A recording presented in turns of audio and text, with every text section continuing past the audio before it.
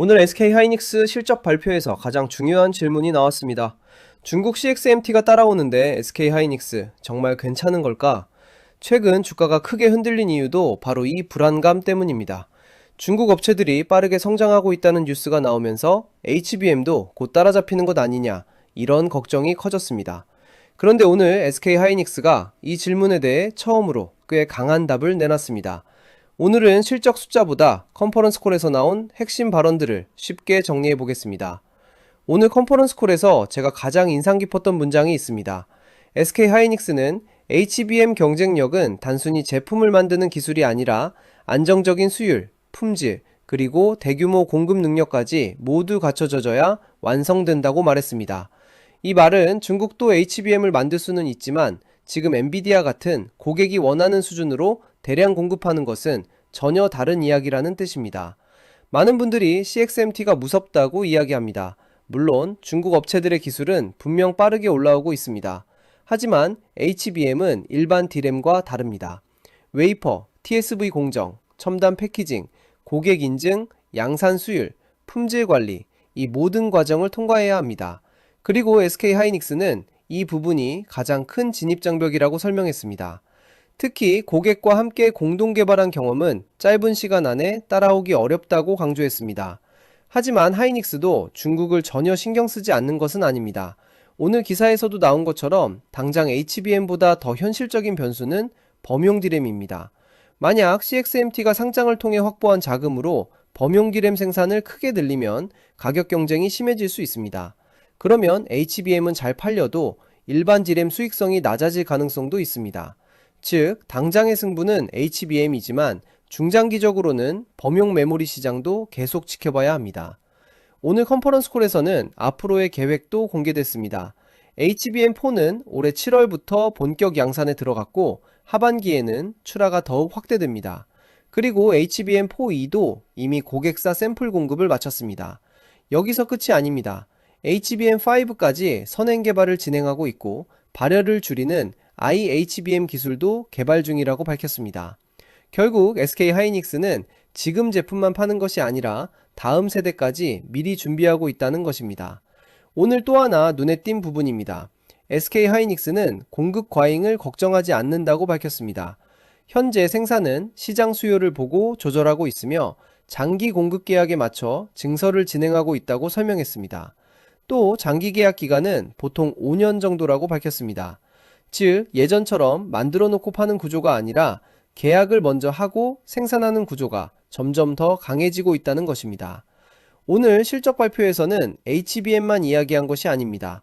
QLC, SSD, 고성능 SSD, AI 서버용 저장 장치, 제품군도 계속 확대한다고 밝혔습니다. 또 국내 투자도 계속 검토하고 있지만 아직 구체적으로 확정된 내용은 없다고 설명했습니다. ADR도 오늘부터 전환이 가능하지만 추가 확대 여부는 아직 결정되지 않았다고 밝혔습니다. 영상을 계속 시청해주시는 분들이라면 한 가지는 꼭 말씀드리고 싶습니다. 사실 주식은 좋은 종목을 찾는 것보다 어떻게 대응할지 기준을 갖고 있는 것이 훨씬 중요합니다. 같은 종목을 가지고 있어도 어떤 분은 수익을 내고 어떤 분은 손실을 보는 이유도 결국 그 기준의 차이입니다.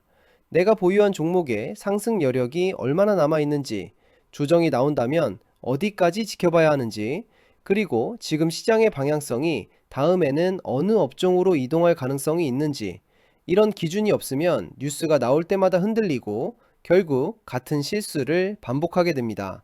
그래서 영상에서는 핵심만 전달드리고 조금 더 자세한 내용은 마켓인사이트 브리핑 페이지를 통해 따로 정리해서 공유하고 있습니다. 삼성전자 SK하이닉스 리포트부터 기타 AI 반도체 종목까지 PDF 파일도 무료로 보내드리고 있습니다. 영상 아래 고정 댓글이나 설명란에 있는 링크를 클릭하신 뒤 오늘의 브리핑 보기를 누르시면 삼성전자, SK하이닉스, AI 반도체는 물론 관심 있는 종목까지 직접 선택해서 받아보실 수 있습니다.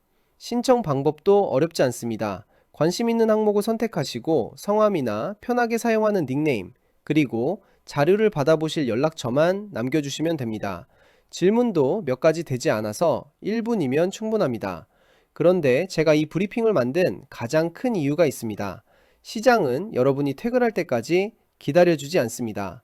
외국인 수급 하나, 뉴스 하나, 실적 발표 하나만으로도 시장의 분위기는 하루 만에 달라질 수 있습니다. 하지만 하루 종일 차트를 보고 뉴스를 확인할 수 있는 분들은 많지 않습니다. 그래서 매일 쏟아지는 수많은 정보 대신 오늘 무엇을 먼저 확인해야 하는지 그 기준을 빠르게 확인하실 수 있도록 브리핑을 만들었습니다. 브리핑에는 오늘 시장에서 가장 중요한 이슈, 외국인과 기관 수급 변화, 삼성전자, SK하이닉스, 핵심 체크포인트, AI 반도체 주요 뉴스, 관심 종목 브리핑, 앞으로 확인해야 할 일정과 투자 포인트까지 함께 정리해서 전달드리고 있습니다. 브리핑과 PDF 파일, 기업 정보 모두 무료로 제공하고 있습니다. 처음부터 부담 없이 받아보시고 앞으로 시장을 바라보는 기준을 만드는 데 도움이 되었으면 하는 마음으로 준비했습니다. 물론 이 자료 하나로 모든 종목의 움직임을 예측할 수는 없습니다. 하지만 적어도 왜 주가가 움직였는지, 지금 무엇을 확인해야 하는지, 다음에는 어떤 흐름을 봐야 하는지 이런 기준을 세우는 데는 분명 도움이 될 수 있습니다. 지금 보유한 종목이 불안하시거나 앞으로 시장의 돈이 어디로 움직일지 조금 더 빠르게 확인하고 싶으시다면 영상 아래 마켓인사이트 브리핑 페이지에서 필요한 자료를 확인해 보시기 바랍니다. 오늘 실적 발표를 한 문장으로 정리하면 이렇습니다. 실적보다 더 중요한 것은 회사가 앞으로도 HBM 초격차를 유지할 수 있다는 자신감을 시장에 직접 보여줬다는 점입니다. 물론 중국 업체들의 추격과 범용 디램 가격은 계속 확인해야 할 변수입니다.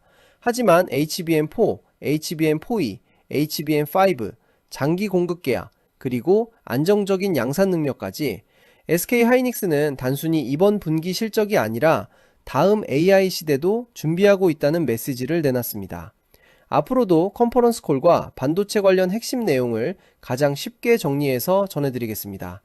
영상이 도움이 되셨다면 구독과 좋아요 부탁드립니다. 그리고 여러분은 중국 CXMT가 앞으로 SK하이닉스의 가장 큰 경쟁자가 될 거라고 보시는지, 아니면 HBM 기술 격차는 당분간 유지될 것이라고 보시는지 댓글로 의견도 함께 남겨주세요.